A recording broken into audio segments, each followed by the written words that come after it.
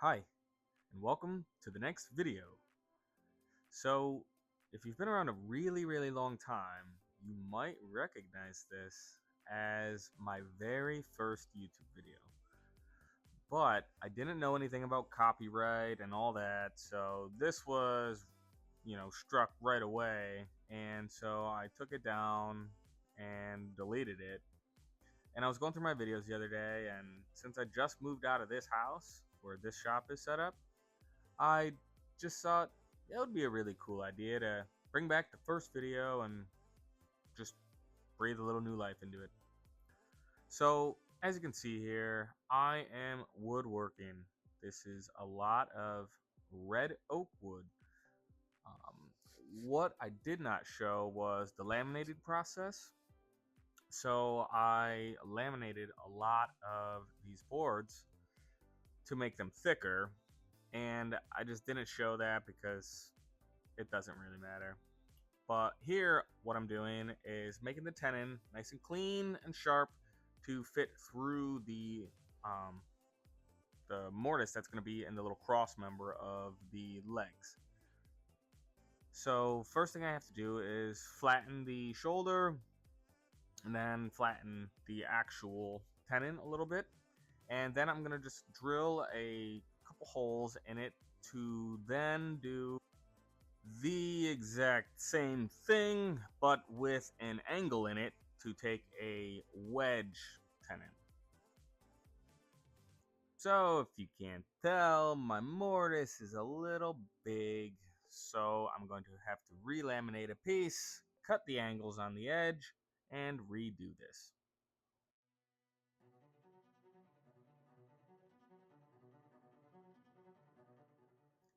So this time I'm going to take a little extra time to make sure that it is 100% correct, and then test fit it.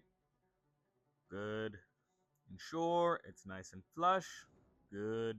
And move forward. This is a lot of fun, but it must be done before you can move on to the other step.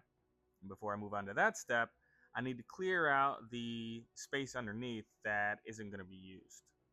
I don't have to, but it's just going to make doing the rest of it a little bit easier because I'll be able to see underneath the tenon where the wedge comes through.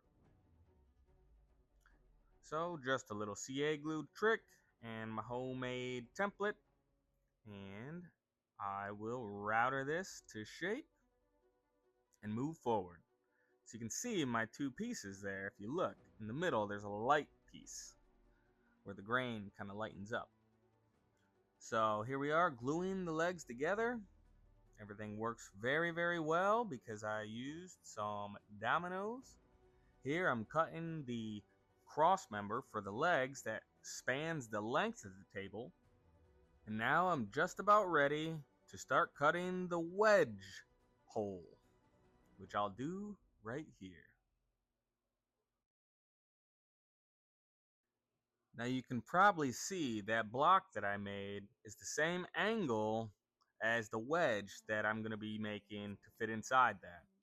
You just hold it with that clamp and then you pull your chisel right tight to it after you get most of it cleared out, and it works really well to make a wedge tenon. So here I'm welding together two small 1" by 1" pieces of, or ½ by ½ sorry, pieces of angle steel to create a small brace for either side of the table.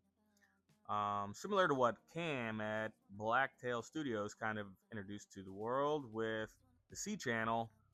This is just a small reinforcement bar that I'm going to route a small channel and then secure in with screws.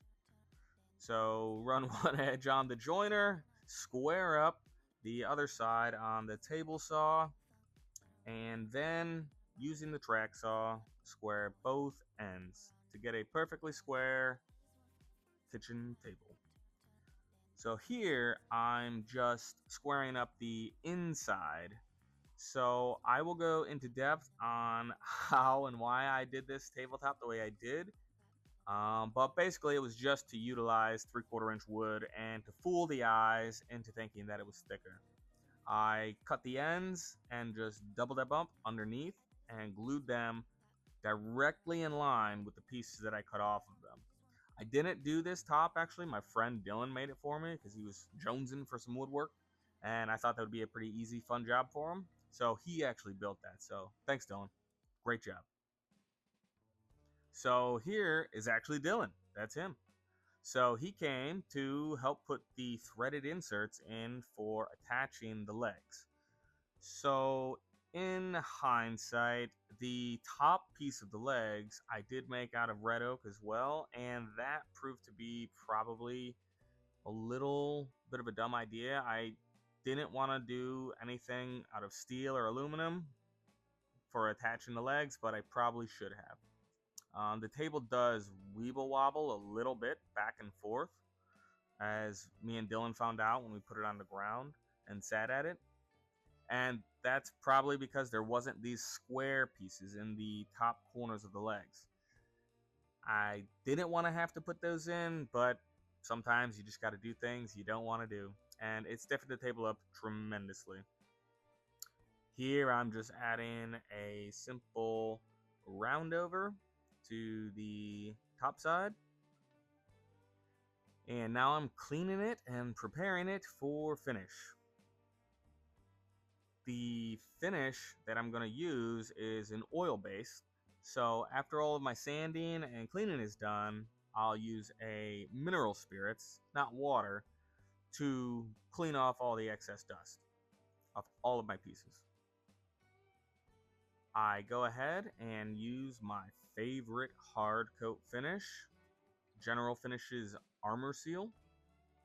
It's a wipe-on polyurethane, and I know polyurethanes aren't very popular anymore, but I absolutely love this stuff.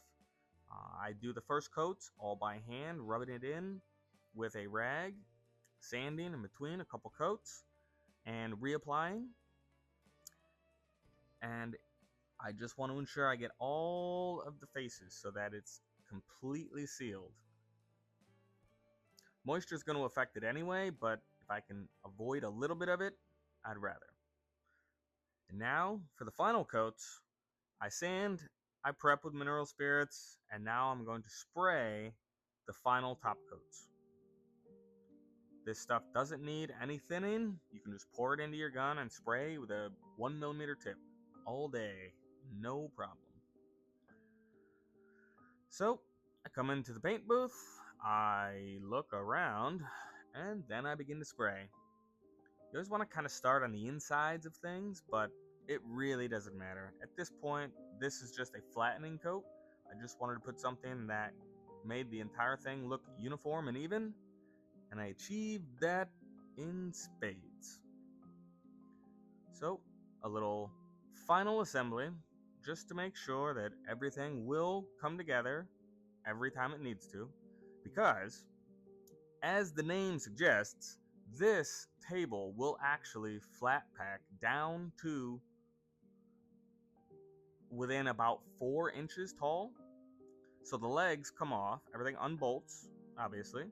The wedge comes out of the legs, so the cross member comes off, and it all folds up, and well, it doesn't fold up, but it all fits right inside the little border that we made on the bottom side of the table.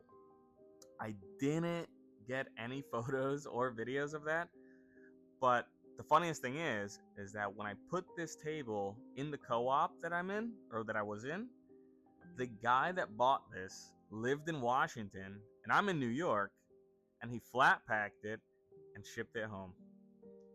I hope it inspires you. So get out and make something awesome. Thanks for watching.